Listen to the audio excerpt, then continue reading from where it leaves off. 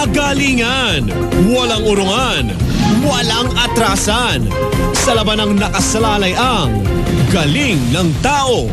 I probably climb more than a million times. Laban sa diskarte ng hayop.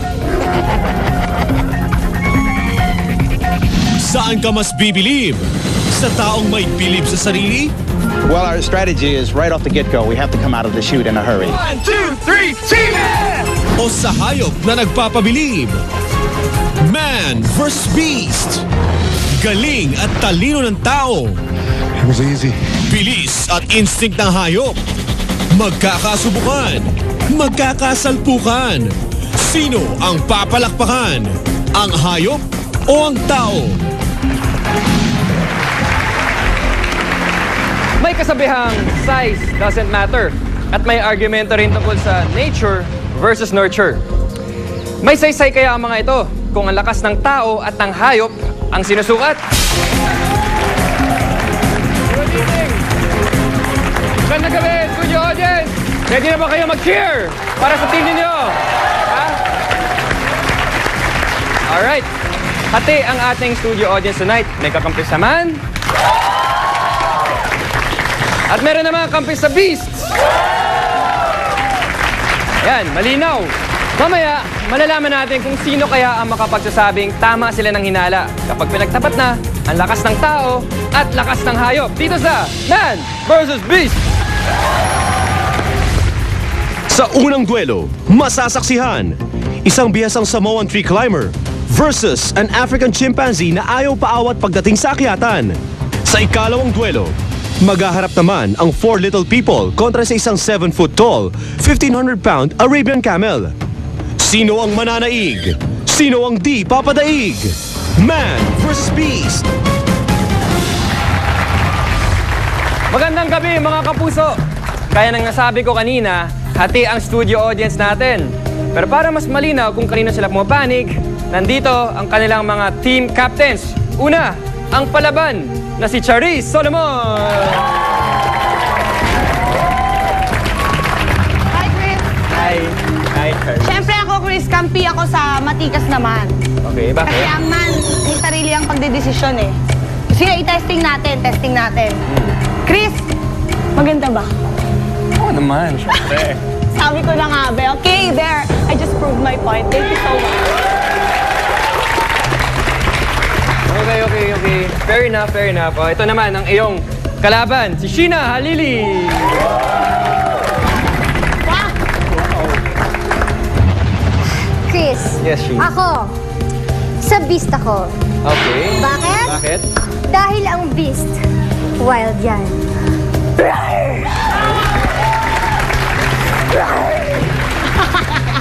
Bagay din naman pala sa'yo ang beast. Ay, talaga? Oo, Sa akin, bagay maging man. syempre. Man ka naman eh! Okay, tama na. Good luck to both teams. Good luck sa inyong dalawa. Alamin na natin kung sino sa dalawang jewelers natin ang may upper hand pagdating sa pabilisan sa akyatan. Ang unang pares na sasabak sa ating duelo ay isang African chimpanzee versus a Samoan tree climbing legend. Siya si Cap Teo Tafiti, itinuturing na isa na marahil sa pinakamagaling na tree climber sa buong mundo. Si Teo ay isang native Samoan, kaya dito na siya pinanganak at natutunan kung paano umakyat sa mga puno na tila daig pa ang unggoy. I probably climb more than a million times. Kaya naman pala gano'n na lang kabilis umakyat panaog ang Samoan legend na ito, na climber na, fire eater dancer pa. Hanep! Ibang level ito! Samantalang ang makakalabang chimp, natural na nasa gubat at tirahan ng mga puno. Bukod sa malalapad itong kamay sa pag-akyat, may pala din itong pwede ng pangsampal sa mga pasaway. Aba, magandang laban ito! Kahit na argabyado sa tangkad at bigat ang beast, may paglalagyan pa rin si Tafiti. Sa edad naman, 37 si Samoan man o si Tafiti, habang 8 years old lang ang chimp. Sa human age, 10 years old na si dambuhalang unggoy. Ang panuntunan sa challenge na ito, napakasimple lang. Maglalagay ng puting tela o white flag sa ibabaw ng dalawang puno na may taas na 40 feet above ground. Kukunin ng dalawang kalahok ang nasabing tela. Kung sino man ang maunang makakuha sa nasabing white flag ay kailangan makababa agad. Ang una makakasayad ang paa sa lupa ang siyang winner. Winner na kaya ang man o ang beast pa rin ang tatanghaling kampyon? Kakayanin kaya ni Tafiti na pakainin ng alikabok ang chimpanzee? Samoan 3 Legends versus the Chimp. Akyata na! Isang natural ng mabilis sa akyatan at isang nagsanay sa tradisyon ng pabilisan. Sino kaya ang mas maabilidad and will be able to reach the top? We're about to find out sa pagbabalik ng Man versus Beast. Isang Samoan legend na may kakaibang talent sa pag-akyat laban sa isang chimpanzee na inubos ng oras sa pag-akyat panaog sa kanyang tahanan, ang gubat. Sino ang makakaakyat? Sino ang malalaglag? Mamaya yan sa pagbabalik ng Man versus Beast. To Man versus Beast. Sheena, Charisse, nakita niyo naman ang abilidad ng chimpanzee at ng Samoan climber na si Cap Tio Tafiti. Ano, magbabago ba ang desisyon ninyo? Ay, hindi! Hindi ako magbabago ng Hindi na? desisyon. Di ba? Hindi na, wala na to. Wala na bago-bago. Kayo? Wala na, di ba? Wala! Oh, yan, mukhang sure na sila. So natural man sa mga chimpanzee ang maging mabilis pagdating sa pag-akyat ng mga puno, eh buong buhay naman na nagsanay itong si Cap Tio Tafiti sa Samoan tradition na ito. Ito na kaya ang maging ultimate test para sa kanya na may pagmamalaki niya sa kanyang mga kababayan. Saksihan natin ang amazing story ni Cap at ng chimpanzee. Harap-harapan na ang dalawang aakyat ng puno para patunayang isa sa kanila ang karapat-dapat na tawaging best climber in the world. Matatanda ang walang gamit ang pamproteksyon ng chimpanzee. Pero si Tafiti, suot ng paa niya ang traditional Samoan piece of fabric na tinatawag na alfunda. Ito ay para maiwasang mga tuklap o masugatan ng mga paa ni Tafiti. Tingnan mo namang makatingin si paring chimp kay Tafiti. Parang nangaasar. Belat daw. Kakaiba ito. Na pinatulan naman ng ating Samoan climber. Pero ito na. Get ready, folks! Go! Sabay silang nakasampa sa puno. Pero mabilis si Tafiti. Humahabol si Chimp. Pero sadyang mabilis ang man. Naiwan na si Chimp. Ayun! Unang nakuha ni Tafiti ang white flag habang si Chimp di pa nakakarating. Ang lupit ni Tafiti. Nakuha lang niya ng 19.2 seconds ang nasabing challenge. Habang si Chimp the Beast naman, 39 seconds. Kaya talo ang kampo ng unggoy. Panalo ang man, pero hindi rin. Huwag pa kasiguro, dahil nagyabang itong Samoan tree climber. It was easy. It was easy raw? May ganon? Panoorin nga natin ng replay kung easy nga ba? Aba, mukhang ang todo agad at di nahirapan si Tafiti. Mabilis siya. Mukhang easy nga niyang natapos ang challenge. Kaya naman pinatulan niya ang isa pang challenge sa kanya. Pagbigyan daw niya ng isa pang chance ang chimpanzee. Dahil pag nagkataon daw, matatalo na siya nito. Alam na raw kasi ng Beast na isa tong laro na dapat ipanalo. Kaya ang hamon ni Tafiti sa mga nagdududa pa rin sa husay niya, patulan uli si Chimp. This time, ang mismong challenge ni Tafiti, magagawa raw niya na makababa panaog sa puno ng 2 beses habang di pa natatapos ng chimpanzee ang isang beses lang na pababa panaog sa puno. Mapapanindigan kaya ni Tafiti ang hamon sa sarili? Akyata na! Aba, hindi pa talaga tapos ang laban pagdating sa akyatan. O Charisse, bakit sa tingin mo, mananalo ang pambato mo sa laban? Alam mo, meron akong pambato dito eh. Na sige, sasagot dyan sa tanong Okay, mo. Ladies and gentlemen, round! Sige nga rin, bakit? Bakit tingin mo mananalo ang man? Maliban po sa nagpa-practice po siya, determinado po siya, tsaka may confident po siya sa sarili niya. May confidence siya, yes! Sheena, sa side mo naman, bakit sa tingin mo, kaya manalo ng chimpanzee? Bakit sa tingin ko? Baka mabuti pa tanungin natin, bakit sa tingin ni Rosette? Okay. Una kasi, yun yung ano niya, tirahan niya, yung puno. Pangalawa doon, mas maliksi siya kesa sa tao. Tama. Oh. Sige. Mukhang convincing naman yung mga sagot nila. Kaya malalaman natin kung sino ba ang may tamang idea mamaya. Okay, tungkol sa dalawang jewelers natin sa pagbabalik ng Man versus Beast! Isang chimpanzee na may dapat patunayan laban sa isang mabilis na tree climber na may dapat burahing pagdududa? Mapapanindigan kaya ni Tafiti ang hamon sa sarili? O tuluyan lang siyang mapapahiya sa beast? Mamaya na sa Man vs. Beast! Isang hamon ang iniwan ni Cap Tafiti sa malakas na chimpanzee. May laban ba ang malakas na tao na ito sa natural na galing ng hype na ito? It's decision time right now! Ito na ang ating pangalawang challenge. Sa una, panalo si Tafiti. Pero binigyan niya ng chance ang beast para bumawi. Kung makabawi nga. Mapapansing mag-aasaran daw muna ang dalawa para raw maganda ang laban. Ito na!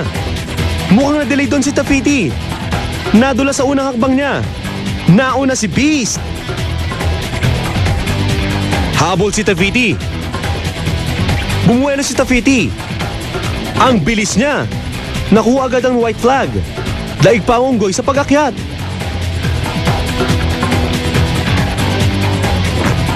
Pero may kapaguran din siya. Nakaunang baba at akyat na ang Samoan climber. Pero on the way naman pababa ang chimpanzee.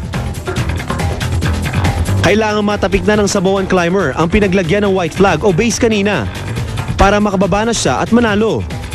Kaso ayun na, pababa na talaga ang chimpanzee para mapanununan na ang second challenge. Ang Samoan climber mukhang pagod na talaga. Hirap na. Pero ayan, at tatapingin pa rin niya ang base para makababa na. Sa ibaba, naghihintay na si Beast. Natapos ni Beast ang kanyang unang baba panaog na hindi pa natatapos si Tafiti ang kanyang 2 ulit na baba panaog. Meaning, talo sa sariling hamon si Man. Natapos si Beast ang pangalawang challenge na may oras na 44.5 seconds. Habang si Tafiti o ang Man ay nakakuha naman ng 1 minute and 16 seconds. Pero dahil nanalo naman sa unang challenge ang Man at isa ang Beast, kaya ang score, Man 1, Beast 1.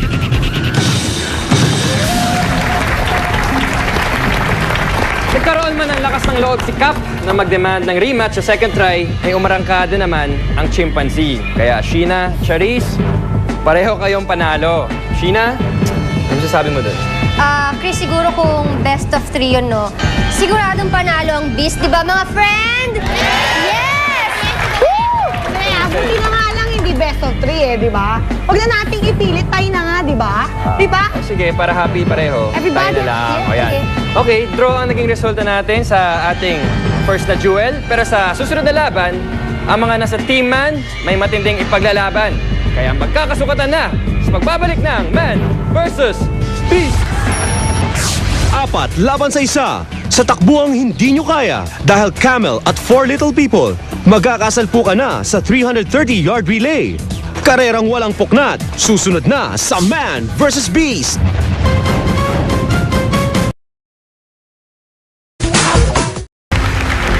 Welcome back to Man vs. Beast. Kanina, napatunayan ni Cap Teo Tafiti na kahit nature ng Beast na manalo sa pabilisan ng pag-akyat, may laban pa rin siya. Ngayon naman, mapatunayan kaya ng 4 na men na ito na truly, size doesn't matter. Kilalanin natin sila. Ito na ang takbuhang with a twist. Ating kilalanin ng Team Man. Ito ay sina Daniel Artran, Steve Babiar, Mike Murga, at Frank Gibb na makakalaban naman ng One Beast team. Ibig sabihin, nag-iisang camel laban sa 4 na midget. Malinaw naman, di ba? At para lalo pang luminaw, eto sila. Yan ang 4 Little People na abala sa kanilang paghahanda para matalo ang 1,500-pound Arabian Camel. At hindi lang basta-basta ang paghahanda ang ginagawa ng 4 na Little Man. Dahil sa pangunguna ng kanilang team captain na si Joe Gibb, iba yung pagsasanay talaga ang pinagdaanan nila. Nariyan ang pagtakbo, exercise, endurance and strength training at strength na matatalo nila ito sa araw ng pagharap nila. Well, our strategy is right off the get-go, we have to come out of the chute in a hurry. 1, 2, 3, Team Man! O di ba? Ang taray ng giant. Pero malaking hamon ang kakaharapin nila dahil giant talaga ang makakasugupa nila. May bigat na 1,500 pounds lang naman ang camel na hinahamon nila sa takbuhan. Ang African camel na kayang tumagal sa tuyong disyerto ng ilang buwan at may kayang maglakad ng 25 milya at kung makakaramdam ng pagbabanta sa kanyang buhay o kapag nilapitan ng kaaway, ay pwedeng maging 1,500 pounds running machine dahil sa kanilang powerful legs. Dahil dito, ano naman kaya ang pantapat ni Team Captain Joe kapag ginamitan sila ng bilis ni Beast? Any strategy, sir? Well, our strategy is right off the get-go, we have to come out of the chute in a hurry. Kaya pala bago nagsimula ang labang ito ay sinisilip na ng Team Man si Beast. Sinusukat kung kaya ba silang daganan nito. Pero para kay Frank Gibb, na anak ng team captain na si Joe, Oh, I want it bad. I want to do it for my dad and make him proud. magiging proud nga kaya si Joe sa anak na si Frank pagkatapos ng duelo? Hindi natin masisiguro yan. Lalo na kung pagbabatayan natin ang tail of the tape. Sa edad, pawang 27 anyos ang apat na little man. Mas matanda sila kumpara sa Beast na 4 or 10 years old sa human age. Sa bigat, ang combined weight ng apat ay 462 pounds kumpara sa 1,500 pounds na camel. Sa height, wag na nating pag-usapan. Pag-usapan na lang natin kung paano ang chance ang panalo ng 4 little man kay Beast. Una, dapat mabilis ang umpisa nila at maipasa ng maayos at malinis ang baton. Sa camel naman, focus lang. Dahil kapag na-distract ito, baka sugurin ng apat na little man at pagdadadyakan. Ito naman ang na-anticipate na ng organizer. Kaya naman naglagay na sila ng white fence barrier para hindi na makaalpas ang camel kung sakali mang mawala ito sa focus at mawala rin sa sarili. Ngayon, inaalis na ng 4 little man ang nerbiyos. At ayan, panay stretching na. Makakaya kaya nilang ungusan ang bilis ng Arabian Camel? Man versus Beast! Ang Arabian Camel ang isa sa mga largest beasts known to man. Sanay sa hirap, sanay sa matagalang takbuhan at higit sa lahat, may instinct pang lumaban. Pero ang apat na lalaking mga kalaban niya ay gustong patunayan at kung minsan, sapat na yon para maging drive para manalo sa kahit anong laban. So, sino ang mananalo? Let's see this amazing fight right now! Magkakaalaman na. Makikita nating tumatakbo na ang 4 little man sa kani-kanilang mga pwesto. Nakahanda na rin ang camel at lalong handa na rin ang oval track na pagdadausan ng 330-yard relay. Ang team man ay pangungunahan ng ating first runner na si Daniel Artrand. Kasunod si Steve Babiar. Pangatlong tatakbo si Mike Berga at ang huling tatakbo ang finisher ay si Frank Gibb. Ang karerang ito ay traditional relay race staggered start. Ito ay para masigurong sabay at parehong distansya ang tatakbuhin ng tao at ang beast. And again, this is a 330 yards race.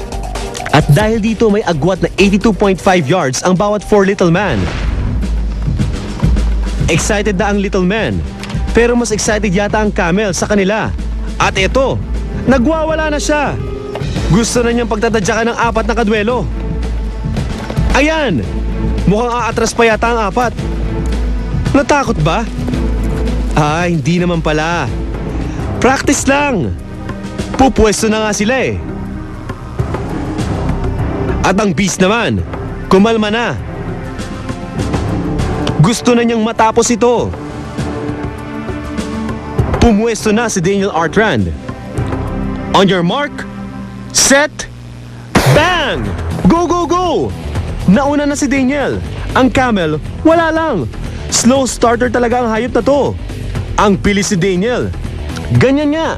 Sulitin mo ang pagkakataong wala pang malay ang beast. Go, Dan! Naipasa na ang baton. Pero bumibilis naman si Beast. Makikitang si Steve na ang kumakaripas. Lalo naman yatang bumibilis si Camel. Parang naghahanap ng mapagbabawasan. At medyo nabawasan niya ang bilis ni Mike Berga. Bilisan mo, Frank! Mag-taxi ka na kaya? Go, go, go, boy! Bumagal ang camel pero malapit na ang finish line. Nauunahan na siya. Pasa na kay Frank. Oops! Mukhang may mali sa pasa ng baton. Ayan na si Frank. Si Camel! Woo! What a photo finish! Sino kaya? Ang tao o ang beast ang nauna? Parang gahibla lang ang pagitan ng dalawa.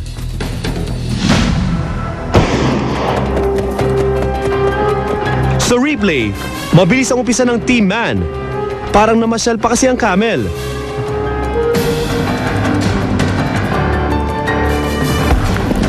Pero pagdating sa parte ni Mike, bumilis na ang camel. Dito na nasira ang diskarte ng Team Man.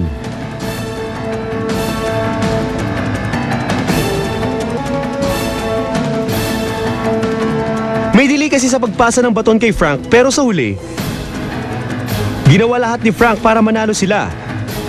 At maging proud ang tatay niya sa kanya. Dahil dyan, panalo ka sa tatay mo, Frank! Pero di pa rin natin maaalis ang katotohanang nanalo ang Beast. Ayon sa mga hurado, 0.2 of a second lang ang labang ng camel sa finish line. Medyo malaki kasi ang dibdib ng camel, no? Oh, ayun. Gabuhok lang ang lamang ng Arabian Camel sa 4 na runners natin. Pero sapat na yon para tanghaling winner si Camel para sa duel na ito. Sheena, Oh. Team Beast, Ay, congratulations. Congratulations. Ano masasabi mo?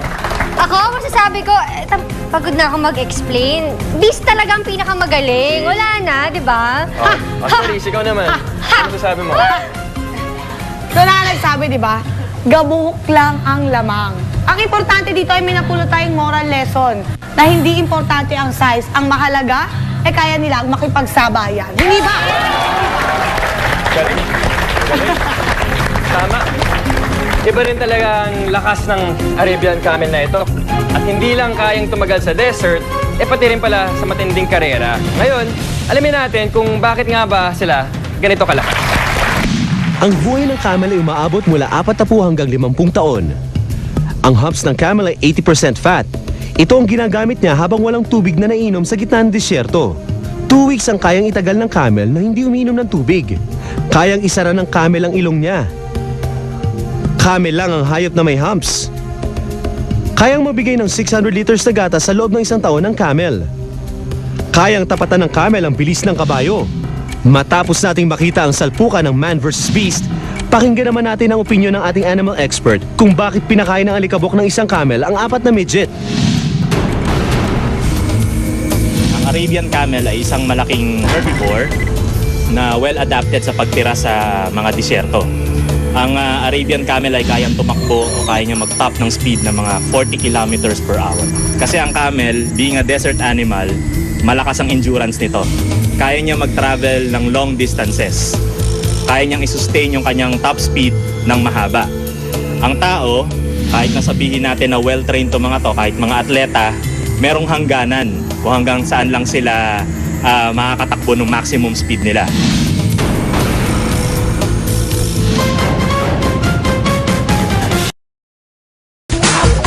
Isang chimpanzee.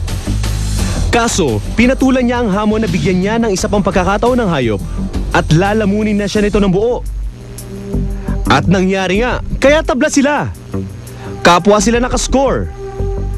Samantalang sa ikalawang duelo, dinaan sa mahabang legs ng camel ang karerang matagal nang inaasam ng 4 little man na papalanunan. Pero nabigo sila. Sa huling bilangan, 2 sa hayop, 1 sa tao. Dahil kapwa nakascore ang chimpanzee at Samoan legend sa 2 hamon. Habang sa bakbakang camel at midgets, malinaw na denominate ni camel ang karera. Kaya ang resulta, Man 1, Beast 2.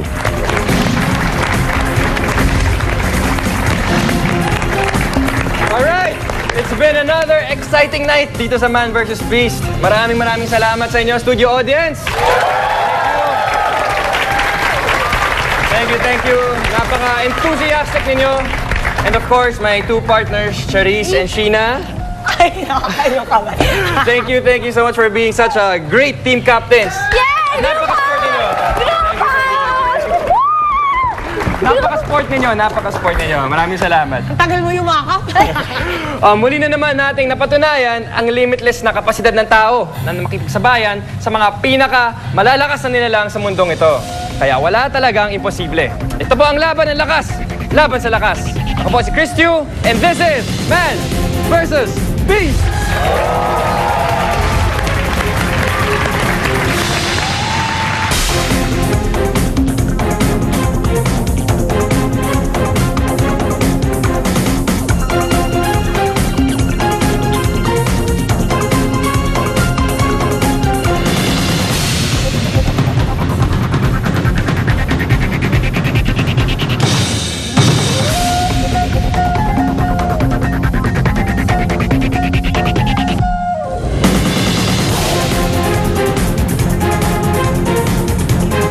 From Channel 3, this has been for GMA Studios Productions and Texas TV 3 channels. For presentation,